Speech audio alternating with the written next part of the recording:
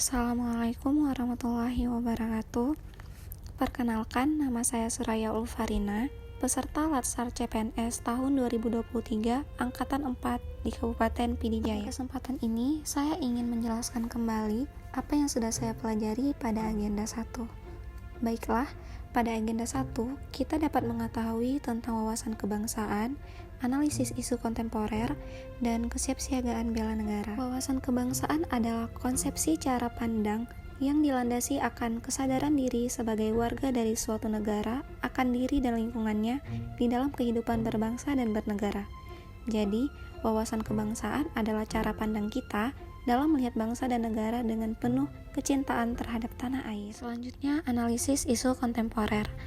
Isu kontemporer adalah isu yang modern, eksis, dan masih berlangsung sampai sekarang, atau segala hal yang berkaitan dengan saat ini. Isu yang sedang hangat, aktual, dan penting juga termasuk ke dalam isu kontemporer. Materi selanjutnya yaitu kesiapsiagaan bela negara, merupakan suatu keadaan siap siaga yang dimiliki oleh seseorang baik secara fisik, mental, maupun sosial dalam menghadapi situasi kerja yang beragam.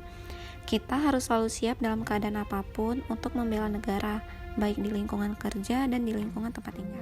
Ini merupakan titik penting dalam sejarah bangsa Indonesia. Penetapan tanggal 20 Mei sebagai Hari Kebangkitan Nasional dilatar belakangi terbentuknya organisasi Budi Utomo di Jakarta, tanggal 20 Mei 1908 sekira pukul 9.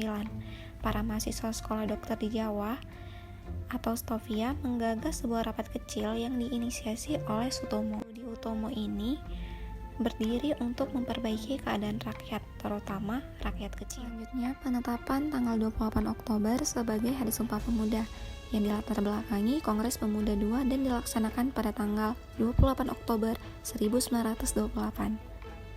Kongres Pemuda II sendiri merupakan hasil dari Kongres Pemuda I yang dilaksanakan pada tanggal 2 Mei 1926.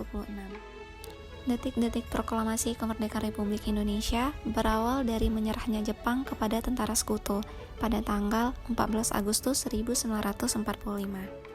Mendengar Jepang yang menyerah, kemudian Syahrir menyampaikan pendapatnya kepada Bung Hatta agar Bung Karno sendirilah yang akan memproklamirkan kemerdekaan Indonesia. Akan tetapi Bung Karno menolak dan mengatakan bahwa itu merupakan tugas dari PPKI. Pada tanggal 16 Agustus 1945, Dwi Tunggal Soekarno-Hatta dibawa ke Rengas Dengklok pada pukul 6. Lalu Mr. Subarjo menjemput Dwi Tunggal Soekarno-Hatta untuk kembali ke Jakarta pada pukul 22.30. Setelah dijemput, mereka kemudian menuju ke rumah Maida, di mana di sana sudah banyak yang menunggu baik anggota PPKI maupun para pemuda. Akhirnya pada tanggal 17 Agustus 1945 pukul 10, teks proklamasi dibacakan di muka rakyat di halaman rumah Insinyur Soekarno, Jalan Pegangsaan Timur 56. Pada saat itu juga, sangsaka merah putih dikibarkan dan lagu kebangsaan Indonesia Raya dikumandangkan sebagai pertanda Indonesia telah menjadi negara merdeka dan berdaulat. 4 konsensus dasar yang harus kita ketahui, yaitu yang pertama ada Pancasila, yang kedua ada Undang-Undang Dasar 1945, yang ketiga Bhinneka Tunggal Ika, dan yang keempat adalah Negara Kesatuan Republik Indonesia. Nah, ini merupakan isu kontemporer yang sedang hangat dibicarakan.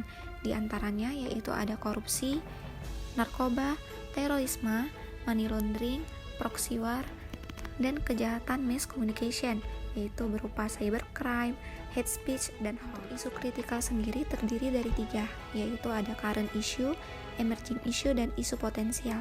Current issue merupakan isu yang mendapatkan perhatian dan sorotan publik secara luas dan memerlukan penanganan sesegera mungkin dari pengambil keputusan. Emerging issue adalah isu yang perlahan-lahan masuk dan menyebar di ruang publik dan publik mulai menyadari adanya isu tersebut. Isu potensial adalah isu yang belum nampak di ruang publik namun dapat terindikasi dari beberapa instrumen yang mengidentifikasi adanya kemungkinan merebak isu dimaksud di masa depan. Kesiapsiagaan bela negara.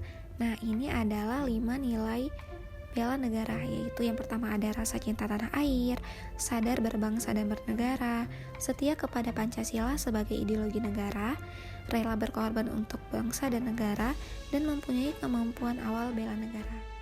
Hanya ini yang dapat saya sampaikan. Saya ucapkan terima kasih. Assalamualaikum warahmatullahi wabarakatuh.